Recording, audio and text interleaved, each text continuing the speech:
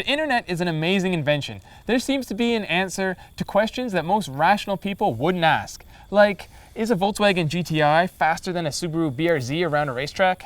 But it's out there now like some sort of backwards plot from Bizarro World. This portly front-wheel drive German luxury hatchback outpacing this sublimely well-balanced rear-wheel drive sports coupe. Is it possible? Could it even happen? Well, there's only one way to find out. That's right, it's time to generate a new answer for the insatiable appetite of the internet.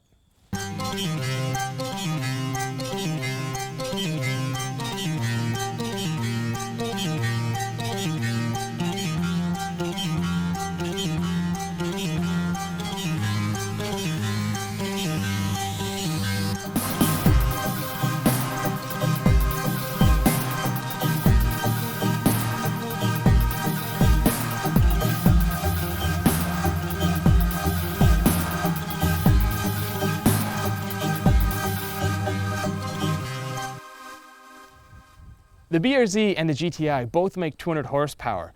The Subaru does it with a 2-liter direct injection boxer engine, while Volkswagen uses a 2-liter turbocharged engine. There are two transmission choices for the BRZ, the 6-speed manual we have and an optional 6-speed automatic.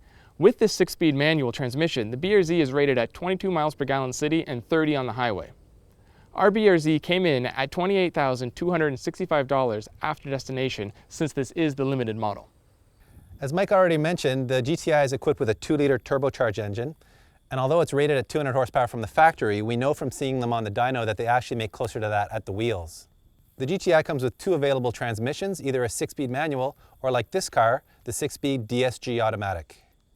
Unlike the GTI, the BRZ looks the part of a proper sports car. It is a low-slung, two-door coupe with classic proportions that just screams performance vehicle from a mile away.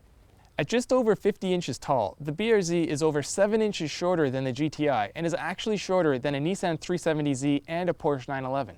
The BRZ is full of LED lights. They are on the taillights, headlights, and daytime running lights. This particular model is the top-of-the-line limited model, which adds fog lights and a rear spoiler. It may not sound like much, but these subtle changes do add to the overall look of the BRZ. Where the BRZ is that low-slung, sexy sports coupe shape, the GTI is much more of a classic hatchback, but it does have some extra aggression with those big 18-inch wheels and those LED headlights. The tornado red paint really does pop, and that GTI badge has a lot of hot hatch history. Being the fully loaded version of the BRZ, this vehicle has upgrades like heated seats, leather seats, automatic climate control, push-button start, no key entry, and heated mirrors. Now, these changes aren't quite enough to make it as premium as the GTI, but it does close the gap a little bit. The two areas where the BRZ can compete with the GTI, though, are rear seat space and trunk space.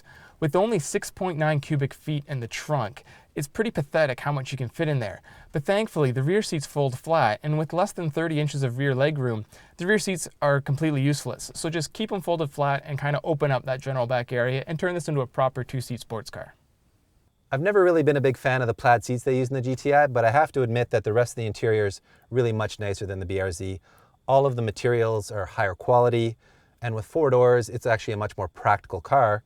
And overall, it's just a very nice place to be. I'm not so sure why the shift knob looks like a golf ball, but I guess that has something to do with the name. I also really like that it's got an adjustable and telescoping armrest, and the steering wheel is beautiful too. It's got this nice flat bottom to it, and it's really well bolstered. The gauge cluster is also, I think, more modern looking than the BRZs, which to me just looks a little dated. The BRZ comes with less tire and less weight than the GTI, but neither factor is as important as chassis balance. Forget for a second that the GTI is front-wheel drive and this is rear-wheel drive. There's been plenty of good handling front-wheel drive cars before, like the Integra Type R and the Ford Focus ST, and there's plenty of bad handling rear-wheel drive cars, like basically anything made before 1990. The BRZ is a great vehicle street or track to drive, and its willingness to do what you tell it to makes it the ideal weapon for someone who's not a professional.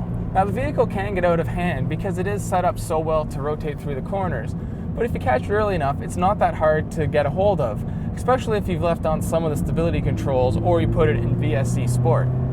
As you can tell on a straightaway here, there isn't a whole lot of power. I mean, it's only 200 horsepower and it has virtually no torque. But that kind of helps this overall vehicle for someone who's learning to track drive, because it doesn't build so much speed that you're just holding on through a lot of these corners. My favorite aspects of the vehicle, though, have to be the steering, the shifter, and the pedal placement, which makes for really easy heel-toe downshifting. I've got to admit the GTI really does have a sweetheart of an engine. This little 2-liter turbo, it's got to make something like 220, maybe even 230 horsepower. It's just way underrated. It's a rocket in a straight line. It also makes its torque really low down in the power band. I think it hits peak torque around 1700 RPM, and it makes it all the way up to 5000 RPM. It really does pull strongly in just about any gear. In the past, the Golf GTI has been getting a little bit heavy, a little bit too understeery for my liking, but I've got to admit that this generation really is surprisingly good at the limit. It doesn't have a lot of understeer. In fact, with a little bit of drop throttle technique or a little trail braking, it rotates really nicely and it gets through the corners with a lot more speed than I was expecting it to. For me, the brakes in the GTI are just so-so. There's a pretty long travel of the brake pedal, and as they get hot, they start to get a little soft and you just lose confidence in them. I never had any kind of massive brake fade issue, but I didn't want to push it that hard because to me it felt like the pedal was just getting longer and longer.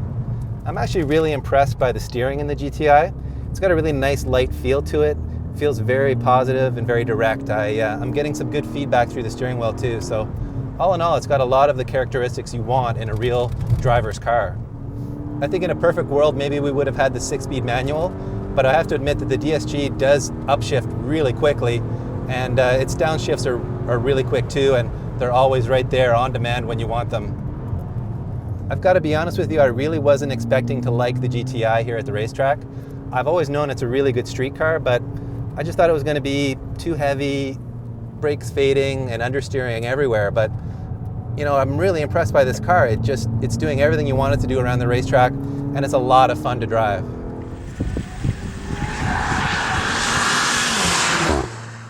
These two vehicles couldn't be any more different on their approach to performance, and it's most apparent around the track. It's true, Mike. They really are very different. The GTI is just a rocket ship in a straight line compared to the BRZ, but the BRZ is much better under braking and just feels so light and willing to change directions in the corners. So Dave, the internet's waiting. Which one won? Well, I guess it's not going to be too surprising for you rear-wheel drive guys to hear this, but the BRZ was actually 2 seconds a lap faster than the GTI with a 1:26.8 versus the GTI's 1:28.8.